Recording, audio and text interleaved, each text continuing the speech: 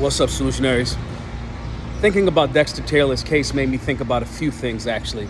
Not just his case, but the liberty movement and what's at stake, the Second Amendment and what's at stake, and how comfortable so many elected officials, public servants, agents of the state have become with just saying things like the Second Amendment doesn't exist in this courtroom, which is what the judge said in his case. Now, this is very important, and I'm gonna go over a few things, and it's gonna be a little bit aggressive, so please, guys, ride with me through these stories, okay?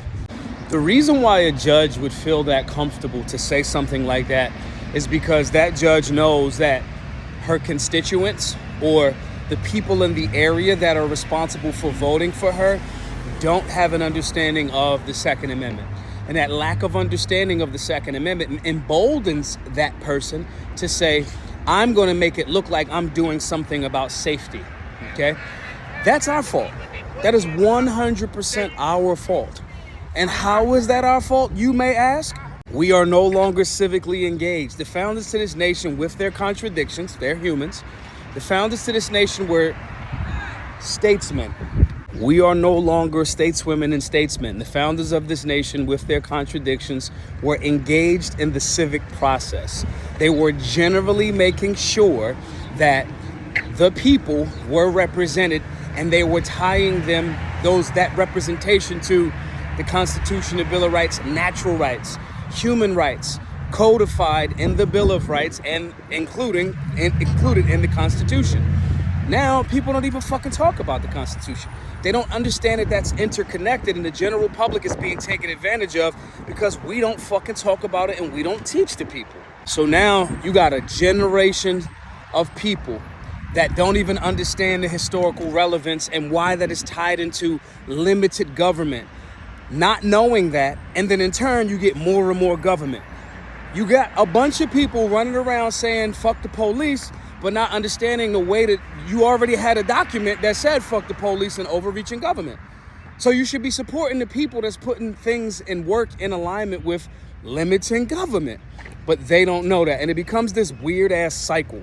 It's a cycle of ignorance and people saying a contradictory thing. Oh, the police are racist, but you don't work to limit the police. Then, because you don't understand the importance, you then, on top of that, don't do anything to support the people or organizations that could use your support in the fight to end this type of bullshit. Now, I know, Maj, you, is it just because you haven't reached your goal yet? It's not just me. This is tied into our work at Black Guns Matter for sure, no doubt. There's no reason we shouldn't have got the remaining $200,000. But then I'll go back to Dexter real quick in his case. There's absolutely no reason that the general public that is aware of all of this, where is the NRA? Where are organizations supporting his appeal and legal defense with money? With money. I've pushed, others have pushed. Let me be clear. I'm not trying to say nobody's done anything. But what I'm saying is big Second Amendment companies, big businesses, his overall thing is like $400K, right? There's no reason we shouldn't have galvanized to support his legal defense. We all know that case was bullshit. We all know that he just been sentenced to 10 years. We should all be putting money up to help his legal defense. And this goes back to the other point that I was trying to make with y'all. We talked about all of this goofy shit. We put all of this energy into the Drake and fucking Kendrick beef. It don't have nothing to do with our fucking freedoms, our liberties, our way of life as Americans. Right? The work that we do at Black Guns Matter in the Solutionary Center is paramount. I'm not saying it because I do it.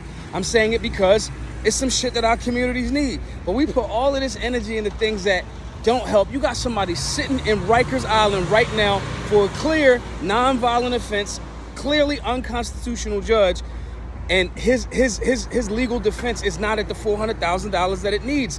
That is our fault. That is our fault. And I want to challenge y'all to ask y'all something in this challenge. If you know how serious the founders were about freedom, liberty, the Second Amendment, limiting government, all of the history, you're talking about the George Masons, you're talking about the Thomas Jeffersons, you're talking about the Alexander Hamiltons, insert whoever, right? The Benjamin Banneker's, the Crispus Attucks that laid their life on the line. You know how serious these dudes were, right? And women. How many times a day or week do you financially, social media-wise, politically, How many times a week do you think you engage to actually advance liberty? So we can't, if your answer to that is not often, but every day you talking about how horrible the Biden administration is, the Biden administration got to be there because of our apathy and lack of involvement. So when Maj get up here saying this shit, y'all want to act like I'm just being grumpy old Maj, but I'm just telling y'all they win because we not involved. We playing defense as opposed to playing offense. Come up with a plan. Only give your dollars to pro-liberty, pro-constitutional candidates.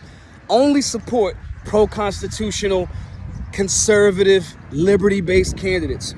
Only give your money to organizations and businesses that are in alignment with that.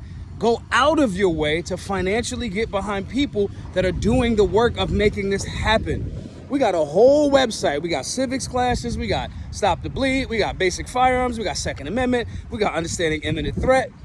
Support it. The online classes are $20. Buy one for somebody else. Buy some of the merch. Take me out of the equation. Yes, we got another $200,000 to raise to buy our building. So yeah, I'm gonna insert that because I'm feeling some type of way. There are people, but take me out of it for 1 second and ask yourself this. Have you supported, forget Maj for one moment, have you supported any pro-gun, pro-Second Amendment, pro-liberty, pro-American, pro-freedom businesses? The work is not just complaining about how goofy Biden is. That's nothing.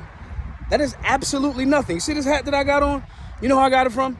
First Form. American made. Not with the DEI shit, not with the goofy shit, not over leveraged. American made company. You see the shirt that I got on? Right? Our company, American made from all points of the game. My point in saying this is, have we went out of our way to support the things with our fucking money that can strengthen our nation? Otherwise, you just talking about shit and not doing anything. I'm gonna put a bunch of links in the next video to a few companies and organizations and causes that you should support with your money. I say this to you all. Here's those companies. I say this to you all as a person that has love for, serves, works with, and for you all as Americans, as humans, as a person that understands history and understands how freedom and liberty get snatched because good men and women stand around and don't do anything. Support Dexter Taylor's case and his legal fund. Support our work at Black Guns Matter. We're trying to buy this fucking building. The classes in person are free. Support First Form. Support and actually repost this, and you name a company that you know is doing good, freedom, liberty, American solid work. Tag me and I'll repost it, and tag them too. We have to make sure we're putting our money, our economics, our culture, and our politics in the direction of things that are going to defend our way of life. Be safe, be solutionary.